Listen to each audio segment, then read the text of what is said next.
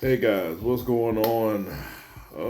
Welcome to JC's Vending Services LLC's YouTube channel. Guys, I'm tired. It's Friday night. I'm tired, and I'm debating on working tomorrow.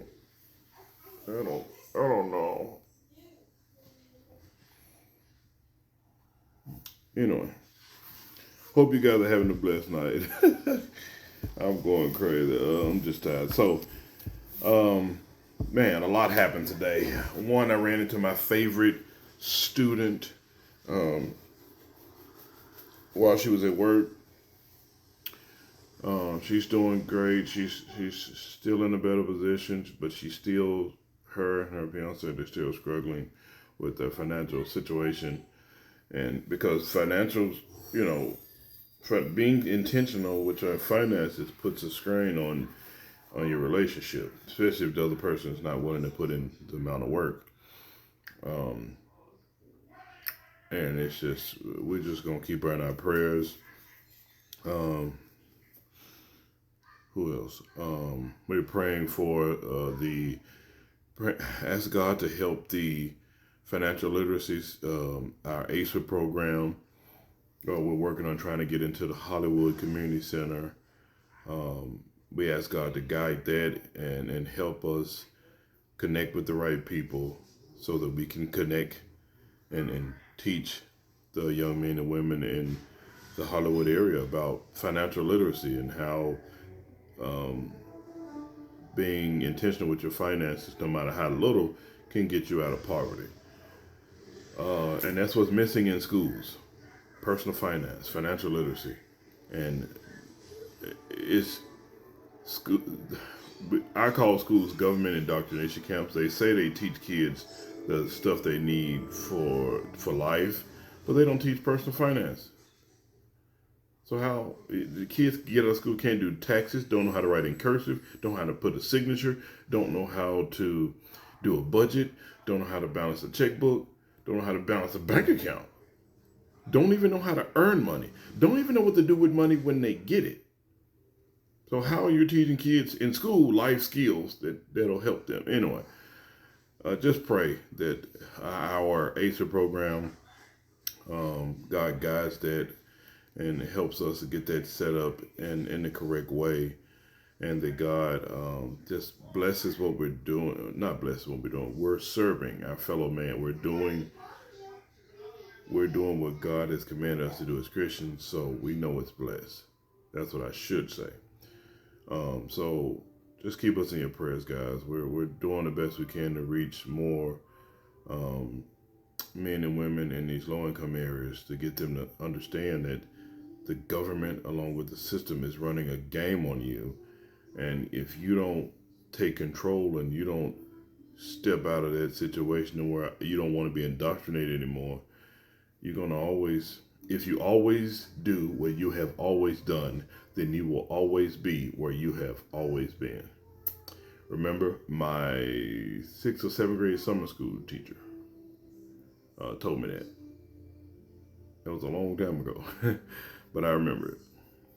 Anyway, so I hope you guys are having an outstanding day. Listen, this is our day of devotional time, so I don't want to take too much time on a Friday night. I know you guys have gotten paid, so if you got paid, put some money up.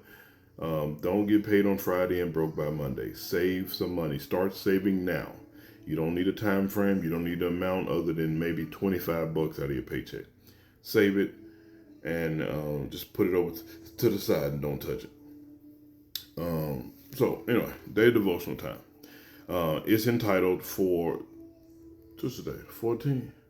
Today the 15th? I'm talking to my wife, but I think she's asleep. Not there.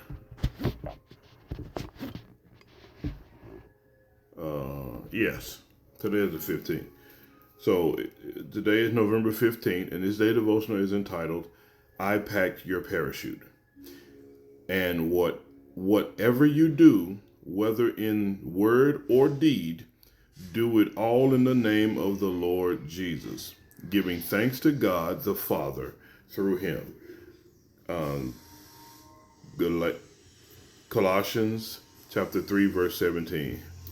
Charles Plum was a U.S. Navy jet pilot in Vietnam. After 75 combat missions, his plane was shot down, and Plum parachuted into enemy territory, becoming a POW, prisoner of war. He survived his ordeal, however, and eventually returned home. While eating in a restaurant one day, he was approached by a man who said, "You're Plum. You flew jet fighters in Vietnam and were shot down." Plum looked at him and said, "How did you know that?" The man said, "I packed your parachute." That had to be cool. The man replied, um, I guessed it worked." Plum couldn't sleep that night thinking about the unknown man who saved his life. For that day, from that day on, he determined to always take notice of and say thank you to those who, quote unquote, packed his parachute each day. Make the most of each day by thanking those who pack your parachute. And when it is you who are packing the parachute, make sure you do your assignment to the best of your ability. Father, I know that you can use even the smallest gestures and efforts. Thank you for all the little things people do for me, and help me to be an encouragement to someone else today. May God add a blessing to the hearers and the doers of his word. So this was an outstanding day devotion. I love this one. It puts me in the mindset of today. This morning, I was doing something. I was working, and some guy was taking out the trash. And I saw him. I was like, "Man, hey, big dog, thank you. I appreciate you for taking it." And I meant it. Like it made my job easier having to get stuff to the trash or just be able to use the trash bins. And I try to make it my business to stop and appreciate things like that. I told the woman today, "Thank you for stocking the shelves. Thank you for allowing me to be able to walk into the building, purchase the items for my family, and go home in peace." I thank the garbage man. I thank I thank MLGNW, even though they charge me.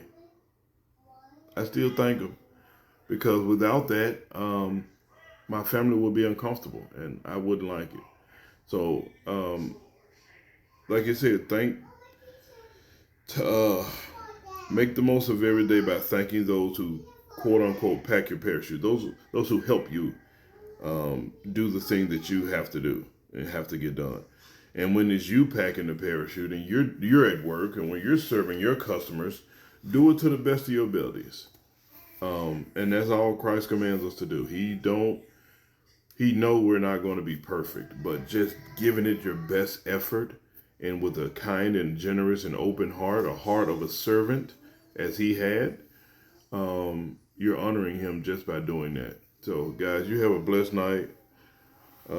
Please be safe. Take care of your families. Have a safe weekend. This weekend, I should be finishing up on part 2 of Not All Boys Become Men. And then I have to jump into a video about the child support system, and how young men and how society today allows our young men to get on this system without a second thought. They think it's just child support. No, it will ruin your life. It essentially takes the place of, if you guys remember back in the day, if you're old enough, back in the day, like a shotgun wedding, that would be the father standing behind the groom with a shotgun saying, "You're either going to marry my daughter or you're going to die.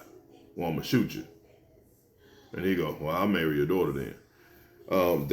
So child support, the child support enforcement agency has taken the place of the father standing behind you with a shotgun. Metaphorically, they will ruin your life. They will kill you. They will take your money. They will take your fishing license, your handgun license, any recreational vehicle you have, a boat. If you have an extra house, they legally will take everything, simply because you didn't marry that woman and you had a child out of wedlock. That's a punish. Child support punishes those who have bastard kids, because they make them wards of the state, and now the state has to pay for it, and then the state sues you. Anyway, the state sues the non-custodial parent. So if you get a chance, guys, Google what is Title 4D? That's the original name of child support, because the child support is not to support the child. The child support is to reimburse the government for the benefits they are giving the mother. And yes, in Tennessee, if she receives food stamps, yes, a young lady didn't know what she was talking about, trying to tell a 21-year-old young man that about her situation. And I'm telling him factual things off the food stamp website, the government website. They're telling you, if that woman receives benefits, food stamps, EBT, anything, it's more than likely they're going to come after you for child support once you sign that birth certificate. So be a fool if you want to, guys. And take that gamble and see if I'm making this up. You're in Tennessee, go on the child support website and check it out, but it's true. So anyway, I get to rant again. I'll do a video about that this weekend. So guys, be safe. Have a blessed night. Au revoir. A bientôt. À la prochaine.